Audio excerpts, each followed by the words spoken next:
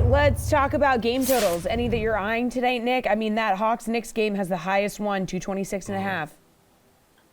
I'd be tempted to go under on that, but I really like the under on Warriors Magic, and it's a low number. It's at 215. I do feel like I'm being baited into it a little bit. You know, the no Curry factor, I think it looms large, especially for Golden State. But even with Steph in the lineup since the All-Star break, this has essentially been a league average offense. They're 13th in offensive rating over the last 15 games. Obviously, Orlando, not a great team on either end. But both of these teams can D up. And since the All-Star break, Orlando's actually been a better defense than Golden State. They both rank in the top half of the league. I think this is just kind of a, feel it out game for the Warriors where you're playing your second game now without Steph Curry. They're trying to figure out, like, what is the new hierarchy? Is Jordan Poole the number one guy? Is it Klay Thompson? Where does Draymond fit?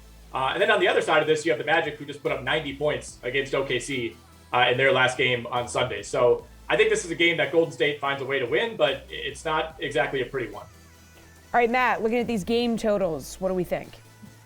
I'll just keep talking about the same game. I do like the undercall in Orlando Golden State, but I'm going to stick with this Knicks-Hawks game. And the other thing that I didn't mention when it comes to the spread is Bogdan Bogdanovic, who may not be playing for this game. And if he's out, especially, I like the under. I kind of lean that way anyway, but if you take him off the court, it's not that he's an unbelievable offensive player. I think he's a pretty good one.